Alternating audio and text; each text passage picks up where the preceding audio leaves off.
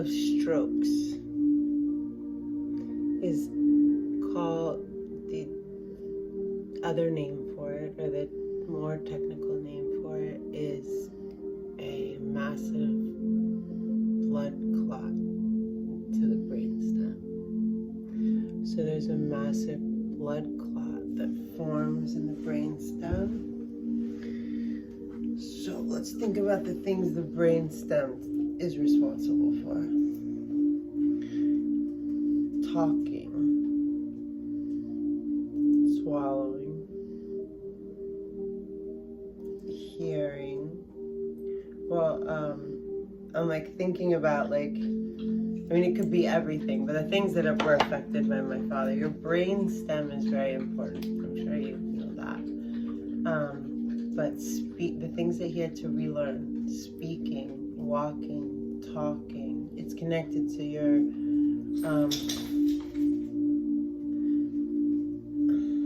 they call it the king of strokes for a reason.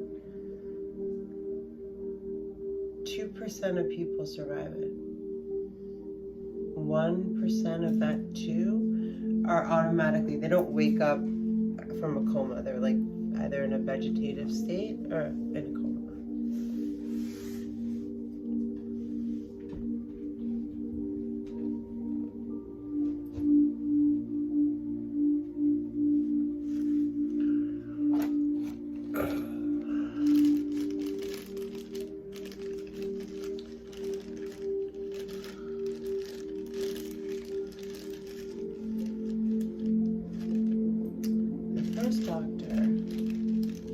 Like 11, or a golf ball. Said it was something the size of a golf ball in his brainstem, and nothing would be done.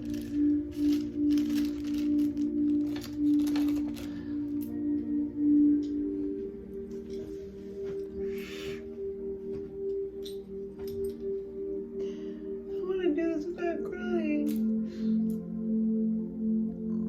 And I'm like, you know, I spent like 20 minutes before I press record, which I never do. And I was like, maybe I just shouldn't. Okay, like a couple podcasts have reached out to me to be on them, like regarding my sister. I guess they found out about the story. And then another radio show. And I'm like, I'll be perfectly clear. Like, I will speak facts and in honor of the resolution of my father's wishes. But I'm not gossiping or getting in the mud with my pig sister. And I just wonder if that's like making me.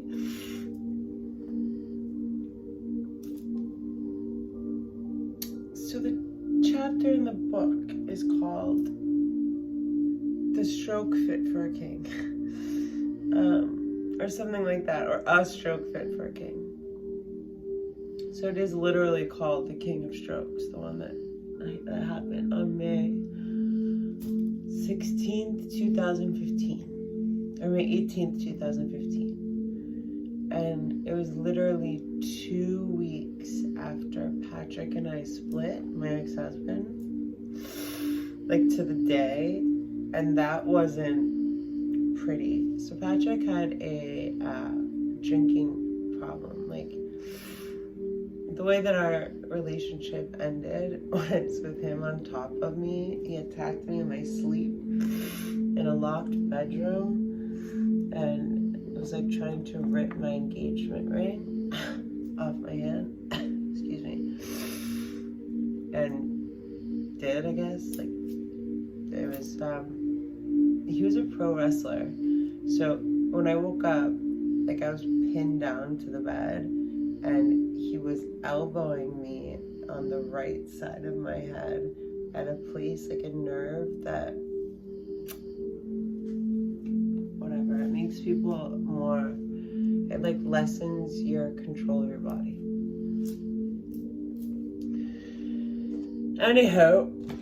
Anyway, so that was just really, and like I'd opened Agni, we had opened Agni, you know, my second yoga school, which was out here in LA. So I literally like, She's like, keep it moving, you know. I was like teaching classes, looking for an apartment, like moved. Like he went and got like this implant in his butt, which would make him not drink ever again. And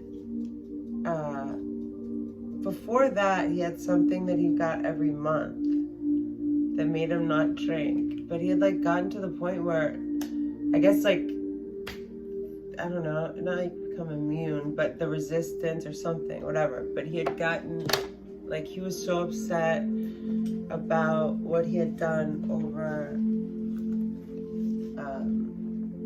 that Saturday night that he attacked me, that he was like, I don't know if I stayed somewhere else. No, he stayed. He went to the peninsula, and I was staying in the house. Oh, we were communicating through Sean Dresch, which was like my old meditation teacher. And yeah, I wouldn't even talk to him. I still have a scar on my finger, you know? It was stupid, but okay. So that was like 2.5 years of dealing with that alcoholic stuff. He wasn't often violent, but in fact, that was the only time I believe he was purposefully violent.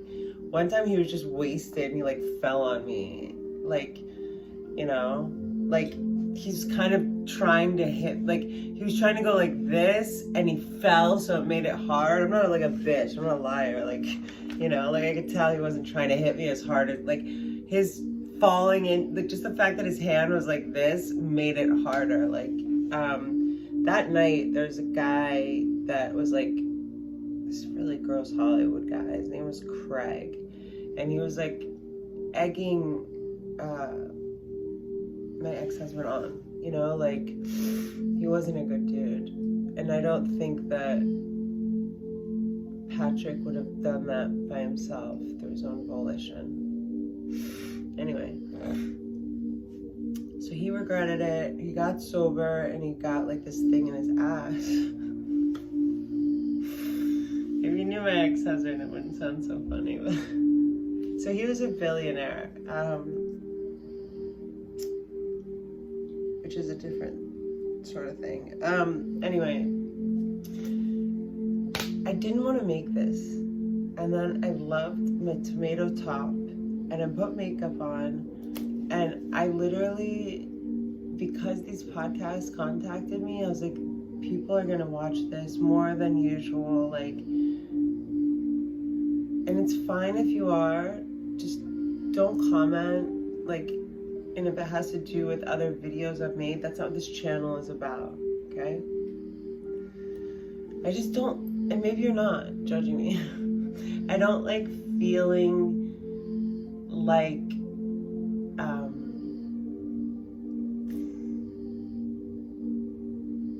I don't know. I guess in wanting a resolution from my father's final wishes, like, that is very specifically what's compromising my peace.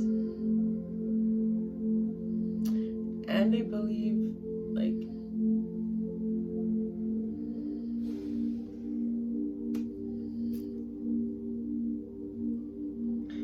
at the same time,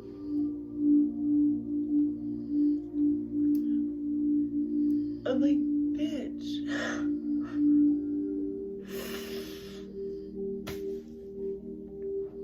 The first time I flew to Savannah after his stroke, and he had told his wife at the time, Margarita, if anything ever happens to me, call Ashley immediately. First, before anyone. 2 weeks after, I didn't mean to bring Patrick up. Okay, so, long story short, Patrick, I'm like trying to find a place, living at the house that we're ending the lease. Thank God, it's a $15,000 a month house. I don't want to be on the lease. It's like this Hollywood Hills crazy house. And I found an apartment. And oh, it was 2 weeks, like every night, because we had this huge house before. And that's all he wanted. He told me not to look at a house under 15. So when I moved into the apartment after living with him for like 3 years, every time there was a noise upstairs, the only noise in like my head at that point that it could be is someone in our kitchen. So it like took a second to like not wake up in the middle of the night, I guess. And I was like dealing with a little bit of like post-traumatic stress, I guess, because of the attack in my sleep, with a door locked and an iron chair in front of the door. Like, how did I sleep through that? But, so the first night I slept in my new place, and it was a Thursday night, I believe, so it was a Friday that my dad had a stroke. So it was the 18th of May, that was in 2015. 6 a.m. was 9 a.m. their time. Savannah, East Coast, West Coast, East Coast. And I'm here on the West Coast. His wife at the time, Margarita, like called me hysterical. And she's like, he just always told me if anything ever happened, they'd call you first. Like, his face is dropping down. He's on the toilet and he couldn't come back. Like, he never would come back from the toilet, man. And I'm like, have you called the ambulance? She's like, yes, they're on the way, but they're all fucking Wilmington Island, which is like pretty far from Savannah Memorial. And time is like everything with strokes.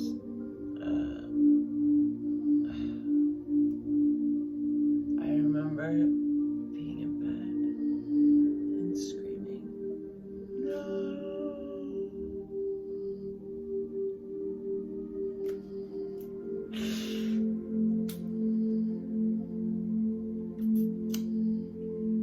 Like, no. No, no, no. No.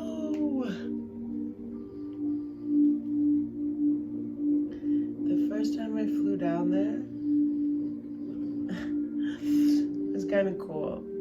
So Savannah, if you haven't been there, it's a pretty cool town. In a way, I guess.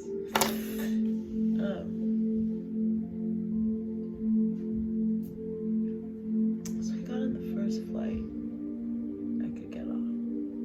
And it was the worst.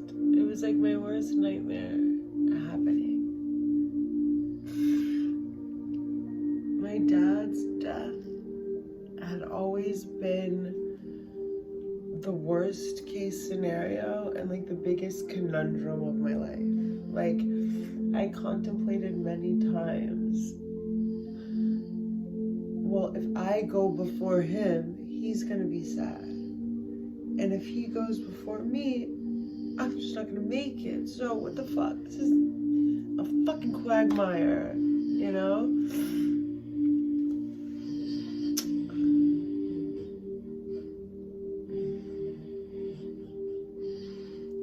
I want to finish this with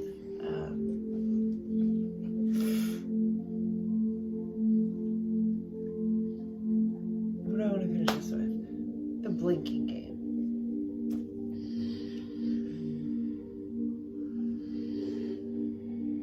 And also I want to encourage people, anyone, like I've had 3 or 4 friends, like really, and like obviously if they're my friends, they're fucking cool. I don't mean it like that, but it's very true. Like, Ashley, I'm so inspired how you just press record and like go. Like, you guys do this. Like, that's all I did. And it's just been a year. The only reason there's 365 people is because it's been a year. That's it. It's the first time I have really, like, I don't like thinking before I press that. And if you, Joey, or like anybody that's followed this channel for years since I've been talking, like, I'm not deleting videos. I don't usually look at the video. And I'm not going to start doing that. Patreon, I'm going to figure you out. But I hope everyone, I don't want to assume this. Just so everyone knows. You guys on Patreon are like fulfilling something and helping me in a way that I didn't even know was possible. So that's so fucking cool. Thank you. But it's like what I'm doing here, because you found me here, right? I was gonna just make this a Patreon video and just be like bawling, like not hold anything back. And I was like, no, they're not paying for like the weakest part of me or like but it's also like, you know, like I wanted in a lot of ways to just shut down, not do this, like take my shirt off, put it on a hanger, wash my fucking face. A matter of economics and a commitment to staying authentic made me just press record. I was like, also, maybe I just won't say anything at all. So my dad had a brainstem, a golf ball the size of his, a blood clot in his brainstem that caused a stroke. This aforementioned clot was the size of a golf ball. One of the first things I did with my dad when I got there, and he was so scared, was we made the blinking game because he couldn't talk.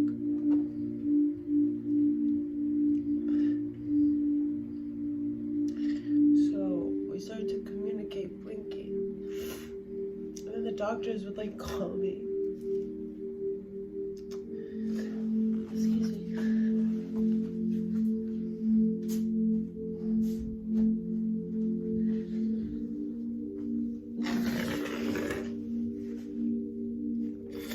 It was the most amazing experience of my life, being with my dad the last 2 years of his. And I hate that I'm crying right now because you wouldn't like it. But if you knew him, you would know how important it is to have his wishes fulfilled. I just guess, like, I don't want any more attention on me. I'm not interested in any kind of reconciliation with my sister at all, or anyone else in my family at all. And I'm almost like, you know, like, is it even worth it to go on these podcasts? Like, one of them is even going to name the podcast in honor of Eric Cummings, which I thought was cool. And I'm going to do that just for that.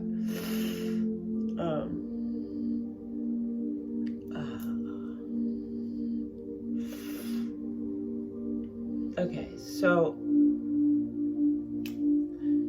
I knew him so well, I could just read his eyebrows, you know? He would get so frustrated. One of the most frustrating parts of the end of his life was the periods where he couldn't talk yet, and you would get so frustrated with everyone. Like, he has such, he was like an Oliver Stone / Dan Aykroyd, and his eyebrows were so expressive, his eyes were so expressive. It was like, he'd be like, I'd be like, Dad, Dad, do you want the fuck, it was like awful shit, do you want the enema like, it's like, some stuff was really rough, he couldn't swallow. The swallow tests are brutal. Watching him cough and stuff, because he never picked up swallowing, by the way, so he never ate food again. Only salt, ice chips.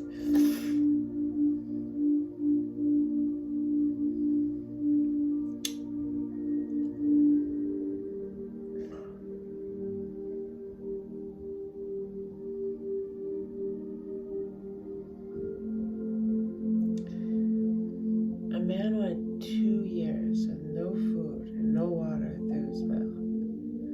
And that was his vice. Like that and women, probably. Like other people have, like alcohol, shopping. Like food and women, I would say, were like his,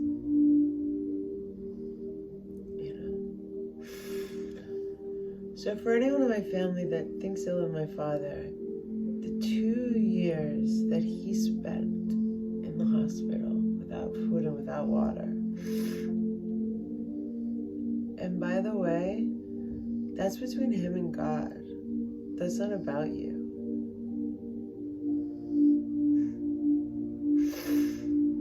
Okay, I'm feeling better, but it's like 21 minutes. I don't want this movie to be too long. You know,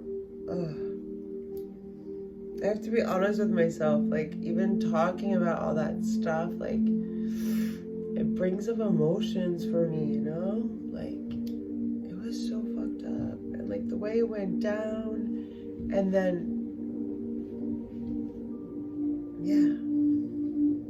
But nobody cares. It's not like this fucked up thing, you know? And I also want to work on videos of, like, I feel like I've been pulled back a little emotionally, and maybe it's just Mercury retrograde too, but like that also, like I'm almost like, you know, but it's gotta all be part of a process, you know. Okay, I'm gonna shut this down because it's 22 minutes, but let's take another hit together, right?